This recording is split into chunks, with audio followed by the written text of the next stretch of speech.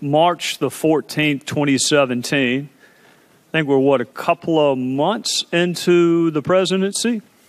See if you can recall this text that you received. Finally, 2 pages away from finishing ATPM.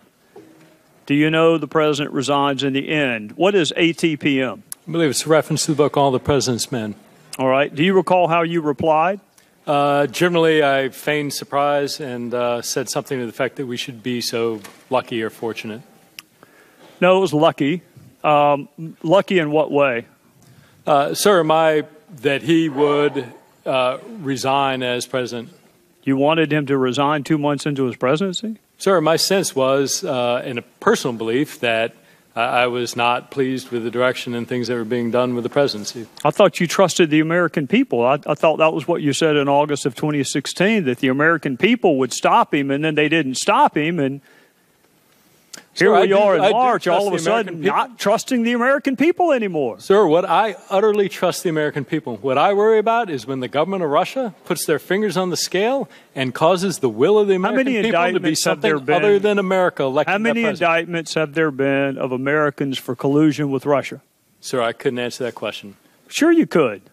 Well, when you worked on the investigation. When you say first, you know full well, sir, collusion is not a crime. I don't know where that term came from, but well, you're right. It's not. It's not conspiracy, coordination, collusion. A lot of people use those words in the same way. How about we say conspiracy? Sure. How many Americans have been indicted for conspiring with Russia to impact the 2016 election?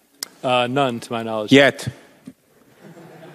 And we'll be happy to get Mr. Nadler as a witness at next week's hearing if he wants to help you answer that. So you wanted President Trump to resign 2 months into his presidency. No, sir. I think I read that text as a snarky comment about a book that was being read and a comment made. It is a conversational text exchange. It is not a written expression of a desire for something to occur. Well, maybe I missed it. Well, help me. God, that we should be so lucky. Yes, sir. And I think you would accept as a very intelligent, sophisticated man that people frequently speak when they're texting or in conversation.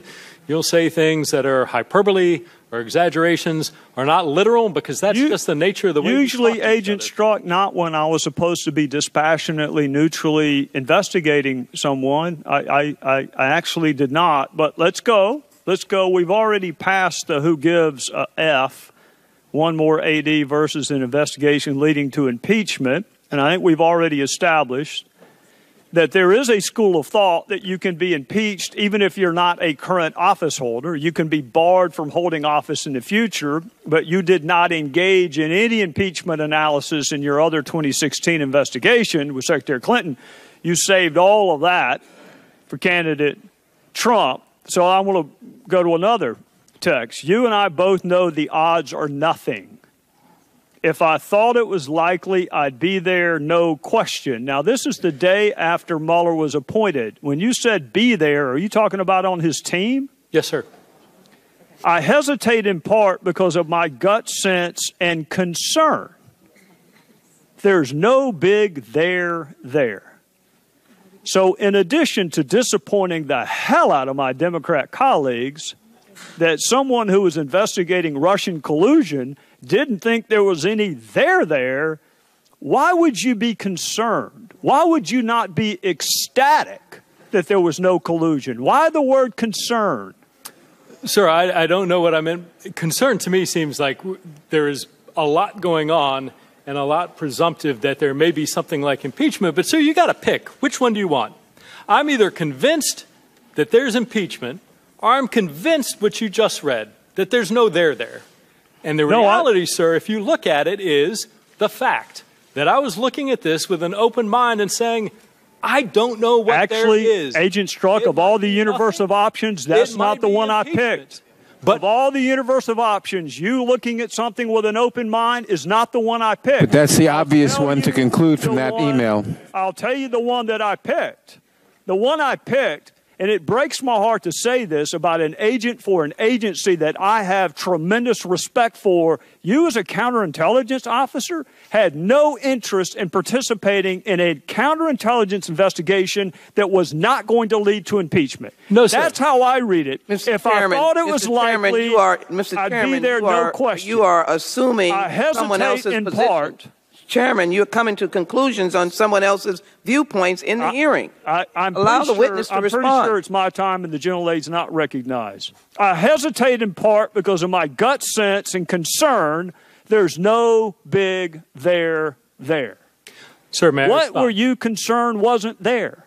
Sir, my concern was not knowing, given these allegations, what existed. Whether on the one hand, there was no criminal activity whatsoever, towards the middle, that there were individuals kind of pursuing their own agendas for their own self-enrichment, or on the far end, that there might be an impeachable offense. Why wouldn't you want to investigate it? May I answer your question? Well, my question is, why would you not want to investigate that? Sir, I did want to investigate that. That is not what you're reading. What you are reading is my trying to decide what I want to do with the course of my career and whether to stay as a Deputy Assistant Director in the Counterintelligence Division, where I have oversight of a wide variety of threats around the globe, or whether I want to remove myself and go work on something in the Special Counsel's office that is very specific, that is going to take, I don't know how long it was going to take. Yeah. Well, you're leaving, so, sir, but what to your point? You're leaving out one really important word, Agent Strzok, impeachment. That was in all of your text. Regular order. It's now a minute and a half over. Does it, Mr. Sir, Chairman, if we made that one on and on and on as long as the quicker I can go. Point of order. I would take one big word of impeachment and add 4 big words of no big there. And the reality is, you know full well I said both, and you know why I said both. Why I did that, and what I'm telling you under oath, is that I did not know what existed. I had prejudged nothing. That was all to be determined.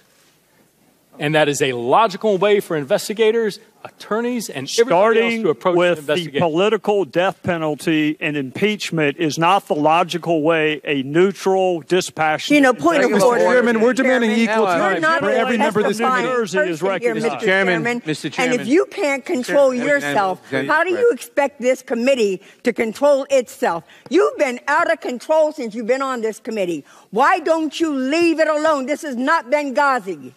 The gentlelady from New Jersey is recognized. You're recognized, Congresswoman. You're recognized. When she finishes. Well, hallelujah. First of all, Mr. Strzok, I want to thank you for your service.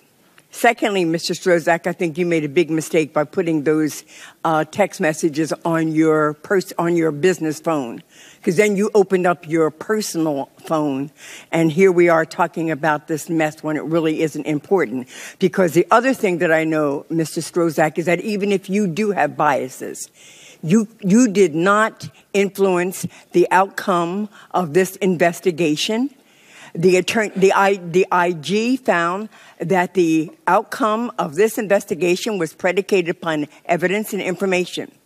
The other thing I know is that no matter how much you disliked Hillary and or Donald Trump, you didn't have anything to do with either one of them getting elected. You have nothing to do with the President of the United States disgracing this country every single solitary day when he embraces our enemies and sucks up, embraces our enemies and is disrespectful to our allies.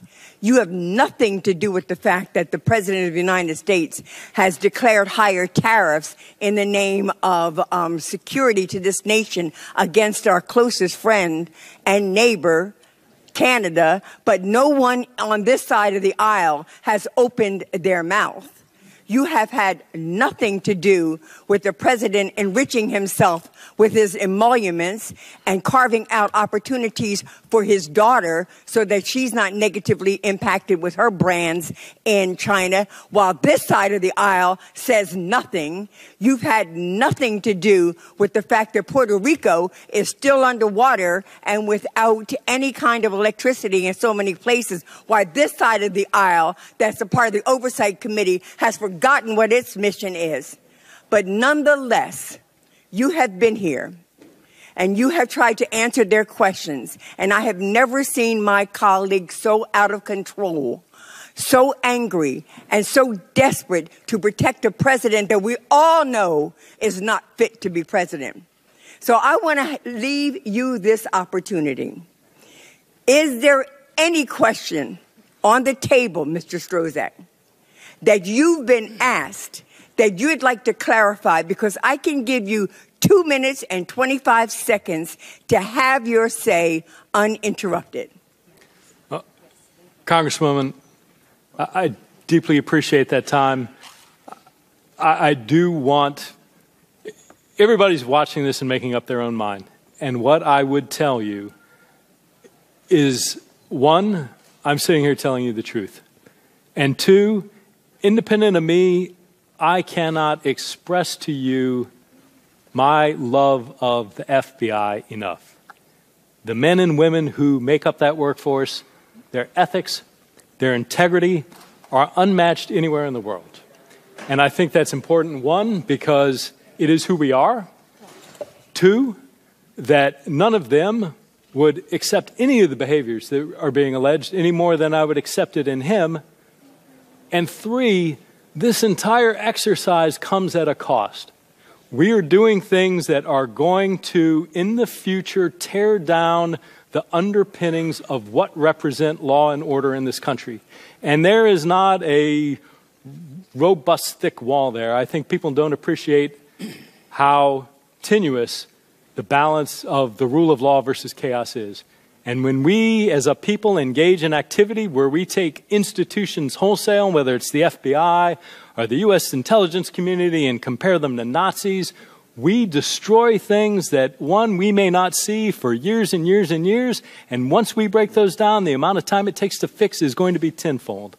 And I cannot stress enough that I ask all of you to take deeply your responsibility to maintain our system of government. Thank you, Mr. Strozak. I just need to say in closing, if anybody should be pissed at the FBI because you all helped this unfit man become president of the United States by not revealing to the people that he was under investigation in his campaign, it should be me.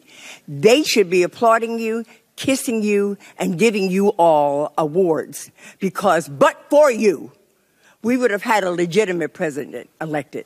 I yield back my time.